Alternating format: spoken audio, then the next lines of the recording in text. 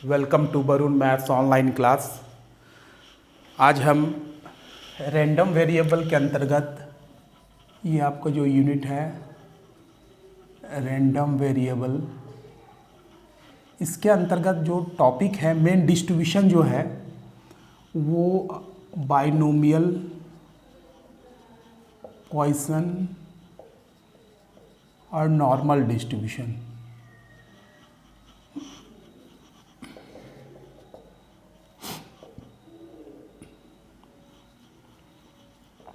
ये तीन तरीके के डिस्ट्रीब्यूशन को अपने को पढ़ना है, बाइनोमियल, पॉइसन और नॉर्मल डिस्ट्रीब्यूशन को पढ़ना है। वेरी वेरी इंपॉर्टेंट है एग्ज़ाम पॉइंट ऑफ व्यू से। इससे 8 मार्क्स के क्वेश्चन पूछे ही जाते हैं, 100% पूछे जाते हैं।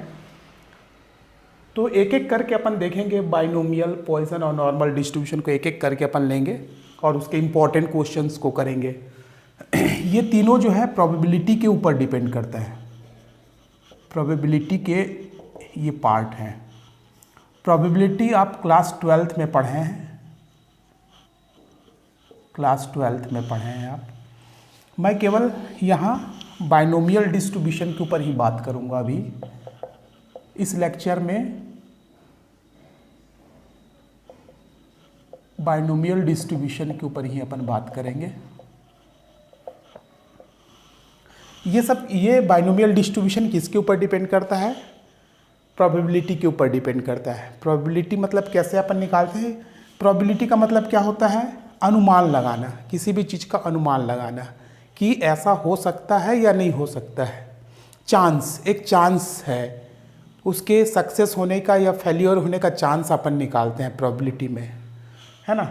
जैसे अपन ने एक कॉइन को टॉस किए, बोले हेड आए, तो वो हेड भी आ सकता है, टेल भी आ सकता है।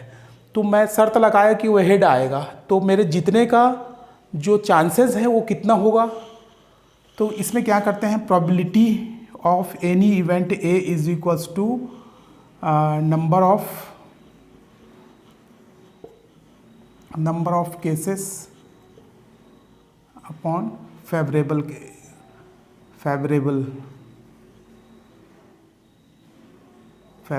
केसेस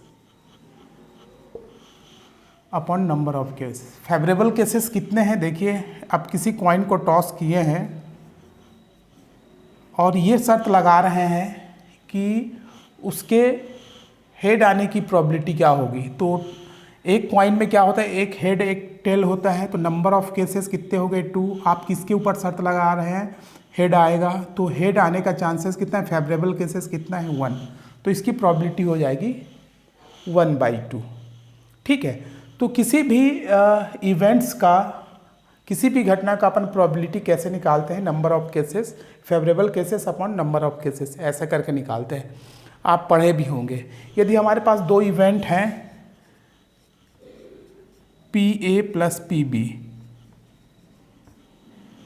तो दोनों को यदि प्लस किया जाए तो इसकी वैल्यू 1 आती है ना। किसी इवेंट में यदि दो प्रोबेबिलिटी है तो उनके सम का, उसको सम करेंगे तो उसका प्रोबेबिलिटी 1 के बराबर आता है। जैसे PA और PA नॉट को अपन सम करेंगे, ये सम करेंगे तो 100% 1 आएगा।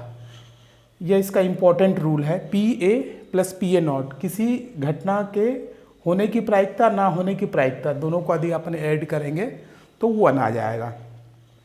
मान लीजिए कि किसी इवेंट्स के होने की प्रोबेबिलिटी जो है आपको दिया हुआ है 3/4,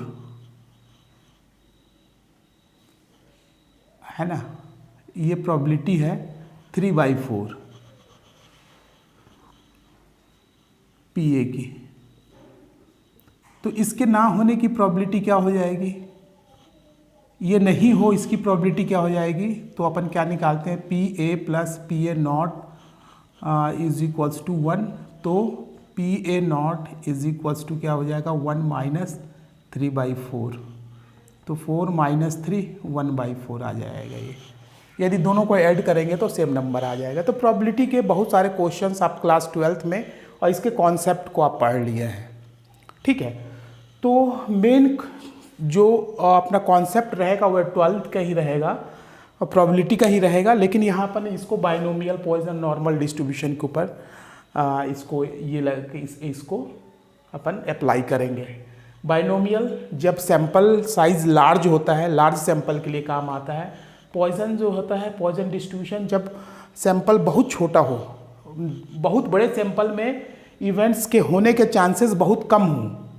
बाइनोमियल कब लगाते हैं, कब पॉइसन लगाते हैं, तो ये क्या है, ये बड़े सैंपल में जब इसके किसी भी घटना के घटने की प्रोबेबिलिटी ज़्यादा रहता है तो उस समय अपन बाइनोमियल लगाते हैं। पॉइसन कैसे लगाते हैं कि किसी की घटना घटने की प्रोबेबिलिटी रेयर होता है, नहीं के बराबर होता है, तो उस समय अपन पॉइसन डिस्ट्रीब्यूशन लगाते हैं। जैसे अभी इसका कोरोना का वैक्सीनेशन चल रहा है, तो उसमें एक आएगा कि 1000 आदमी में से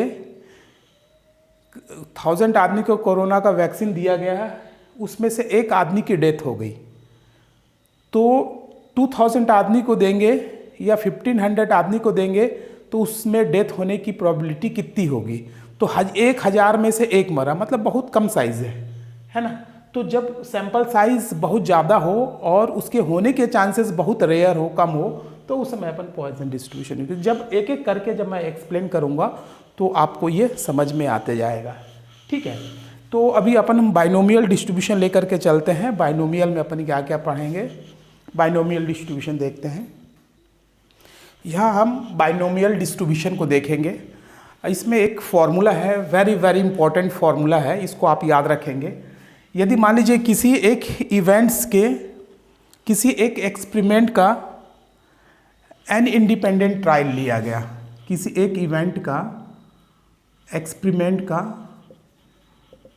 किसी एक एक्सपेरिमेंट का एन ट्रायल्स लिया गया, पी जो है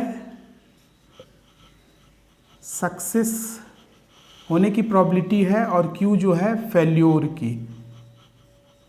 की प्रोबेबिलिटी है। तो इसमें आर सक्सेस फाइंड करने की प्रोबेबिलिटी क्या होगी, अपने को आर सक्सेस फाइंड करने की प्रोबेबिलिटी, तो आपको ये याद रखना है N C R P to the power R Q to the power N minus are.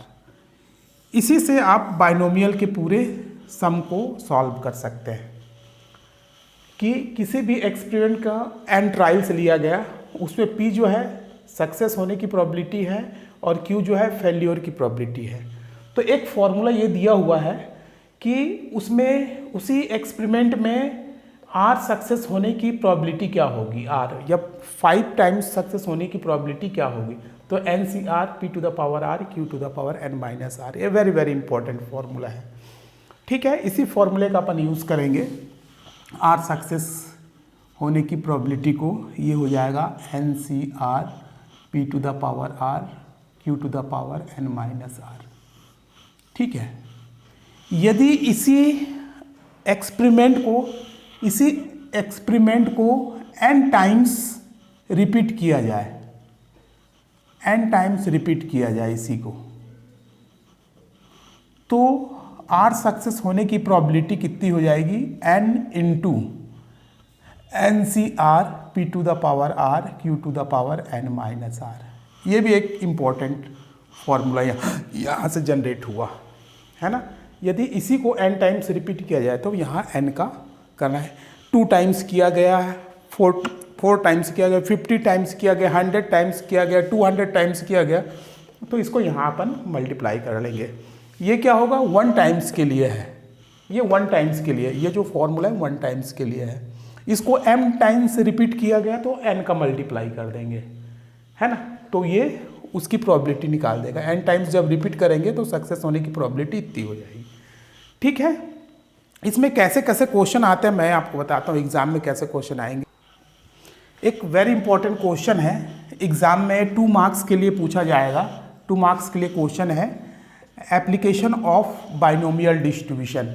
Binomial distribution के क्या एप्लीकेशंस है, तो ये मूलतः क्या है, प्रोबेबिलिटी से ही रिलेटेड है, ये प्रोबेबिलिटी ही है।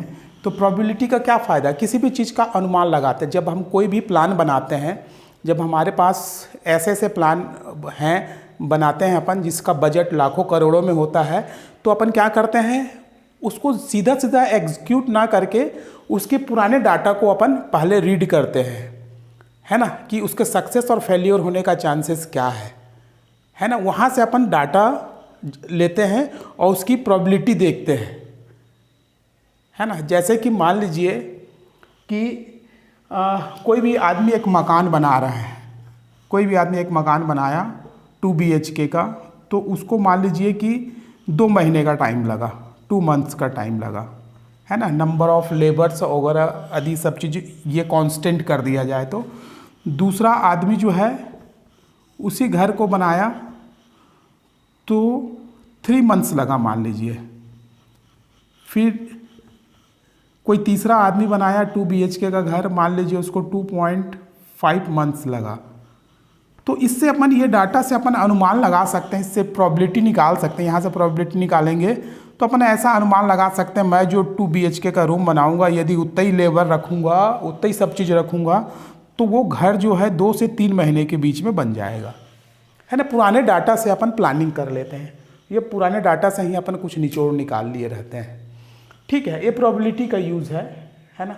किसी भी जब गवर्नमेंट का 5 ईयर्स का प्लान करते हैं तो उस समय प्रोबेबिलिटी का बहुत ज़्यादा यूज़ है। जब कोई बजट बनता है तो उस समय भी क्या होता है, प्रोबेबिलिटी का बहुत ही ज़्यादा यूज़ किया जाता है, ठीक है। स्टैटिस्टिक्स का यूज़ होता है मेन। जब कोई भी बड़े गवर्नमेंट का 5 ईयर्स का प्लान बनता है या कोई लाखों करोड़ों की कंपनी जब अपन इस्टेब्लिश करते हैं तो उस समय स्टैटिस्टिक्स एक महत्वपूर्ण भूमिका निभाती है। ये सब स्टैटिस्टिक्स का ही एक पार्ट्स है, ठीक है। खैर अपन ये देखते हैं कि एप्लीकेशन ऑफ बाइनोमियल डिस्ट्रीब्यूशन अक्सर एग्जाम में पूछा जाता है 2 मार्क्स के लिए। तो इसके क्या क्या एप्लीकेशंस हैं, तो ये एप्लीकेशन में लिख सकते हैं कि इसका एप्लीकेशन जो है number of defective in a sample, किसी भी सैंपल में कितने डिफेक्टिव आइटम हो सकते हैं।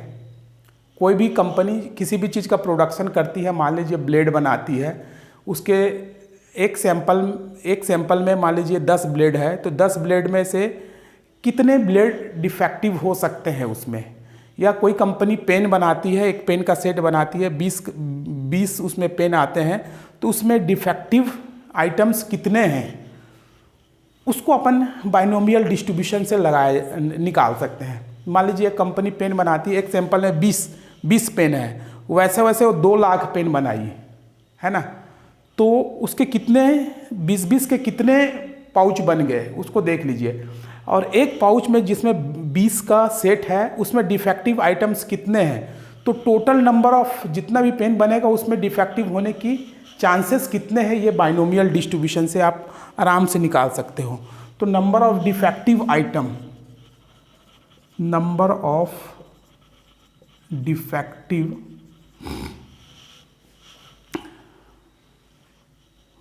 डिफेक्टिव इन ए सैंपल,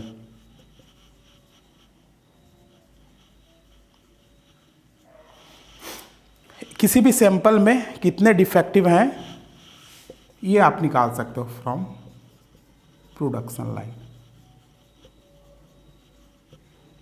एक ये एप्लीकेशन हो गया। आप किसी भी टारगेट को शूट कर रहे हो, किसी भी टारगेट को आप शूट कर रहे हो, तो मान लीजिए कि आप तीन बार उसको शूट किए तो 1 बार लगा, है ना। तो उसी टारगेट को 2 बार यदि आप शूट करना चाहोगे तो आपको कितने बुलेट चाहिए, है ना। ये भी बाइनोमियल डिस्ट्रीब्यूशन से आप एग्जैक्टली पता लगा सकते हो, ठीक है।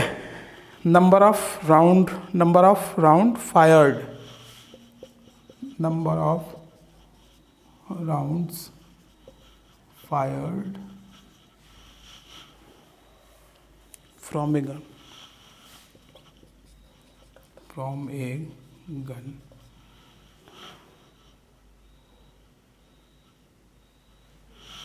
हिटिंग ए टारगेट, ये हो गया। तीसरा क्या हो जाएगा, कोई भी सिस्टम कितना रिलायबल है इसको चेक करने के लिए किया जाता है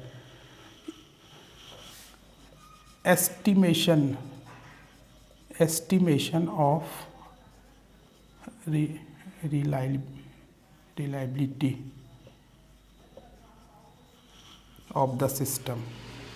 कोई भी सिस्टम कितना रिलायबल है इसको अपन बाइनोमियल डिस्ट्रीब्यूशन से चेक कर सकते हैं। तो आप बुक में देख लेना और अच्छे अच्छे बहुत सारे आप इसके एप्लीकेशन बहुत सारे नंबर ऑफ मोर देन 5 और 10 एप्लीकेशन आप इसको मिल जाएंगे। मैं कुछ ऐसा आपको एग्जांपल दिया है ना, आपको बहुत सारा और भी एग्जांपल मिल जाएंगे है ना, और इसके एप्लीकेशन मिल जाएंगे। आप इसकी तैयारी कर लेना, एग्ज़ाम में ये 2 मार्क्स के लिए ज़रूर पूछा जाता है। ठीक है, तो एप्लीकेशन ऑफ बाइनोमियल डिस्ट्रीब्यूशन को आप अच्छे से करके जाना। अपन इसके ऊपर एक आध क्वेश्चन लेकर के मैं इसको सॉल्व करता हूँ। देखिए एक इम्पॉर्टेंट क्वेश्चन है 4 मार्क्स के लिए। In 250 sets of 12 tosses of a coin, in how many cases one can expect 8 heads and 4 tails. एक क्वाइन को 12 बार टॉस किया गया, एक क्वाइन को 12 बार टॉस किया गया और ऐसी इस घटना को 256 बार रिपीट किया गया है, या 12 सिक्के को उछाला गया है एक साथ, ऐसा भी मान सकते हैं। तो उसमें 8 हेड और 4 टेल्स आने की प्रोबेबिलिटी निकालना है। कितने बार में, यदि ऐसा 256 बार करेंगे तो कितने बार अपने को 8 हेड और 4 टेल्स मिलेंगे, 8 हेड्स और 4 टेल्स मिलेंगे। क्या बोला जा रहा है, एक क्वाइन को 12 बार टॉस किया जा रहा है। एक क्वाइन को टॉस किए, हेड आया, एक फिर टॉस किए फिर हेड आया, फिर टॉस किए फिर हेड आया, फिर टॉस किए फिर टेल आया, फिर टॉस किए फिर टेल आया। तो ऐसे करके एक क्वाइन को 12 बार टॉस करें तो उसमें 8 हेड्स और 4 टेल्स आए, इसकी प्रोबेबिलिटी क्या होगी, एक सेट के लिए निकालते हैं। फिर ऐसा इस एक्सपेरिमेंट को कितने बार किया गया, 256 टाइम्स किया गया। तो कितने बार 8 हेड्स और 4 टेल्स आएंगे। देखिए इसका सॉल्यूशन क्या होगा। सॉल्यूशन, हेड्स आए, इसकी प्रोबेबिलिटी मैं निकालता हूँ। हेड्स आने की प्रोबेबिलिटी क्या होगी जी, हेड्स आए इसकी प्रोबेबिलिटी क्या होगी, पी को हेड्स बोलता हूँ, तो ये होगा 1/2। आप 12th में जान चुके हैं, number of cases, favourable cases upon number of cases. Q मतलब टेल्स, टेल्स है, इसकी भी प्रोबेबिलिटी 1/2 है। By binomial distribution we know that, अपने पास फॉर्मूला है, we know that capital N, इसको कितने बार रिपीट किया गया है, इसको कैपिटल एन लिखते हैं, NCR PR Q to the power n minus R. ये कितने हेड्स आपको चाहिए, 8, और ये कितने चाहिए, 4। ये कितने बार किया गया, 256 टाइम्स किया गया। कितने बार टॉस हो रहा है एक सिक्के का, 12 टाइम्स। उसमें से आपको हेड कितने चाहिए, आर मतलब आर सक्सेस, हेड्स कितने चाहिए, 8, और ये हो गया P टू द पावर 8, और ये क्या हो गया, Q to the power 12 minus 8, तो ये जाएगा 256, ये हो जाएगा 12 फैक्टोरियल, 12 माइनस 8 4 फैक्टोरियल, और ये हो जाएगा 8 फैक्टोरियल। P की वैल्यू कितना है, 1/2, ये कितना है 8, ये कितना है Q, 1/2 टू द पावर 4।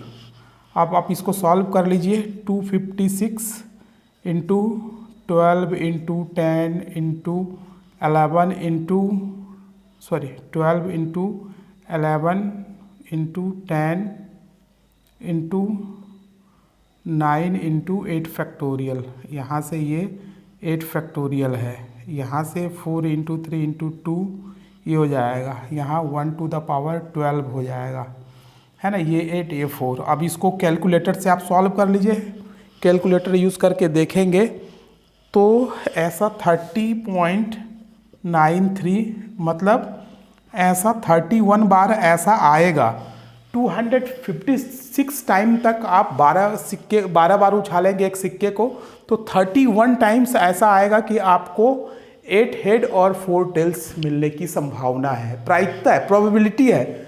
एकदम एग्जैक्ट वही आएगा ऐसा ज़रूरी नहीं है ना, ऐसा ज़रूरी नहीं है। देखिए लॉटरी में आदमी बर्बाद क्यों हो जाता है है ना। लॉटरी में 1 से लेकर के 10 तक डिजिट रहता है, 1 2 3 4 5 6 7 8 9 10 इतने डिजिट रहते हैं, है ना। या 0 से लेकर के 9 तक के डिजिट रहते हैं, है ना। सभी का कीमत मान लीजिए 10 रुपीज़ है ना। तो उसके पास कितने हो गए, 100 रुपीज़ हो गए, है ना।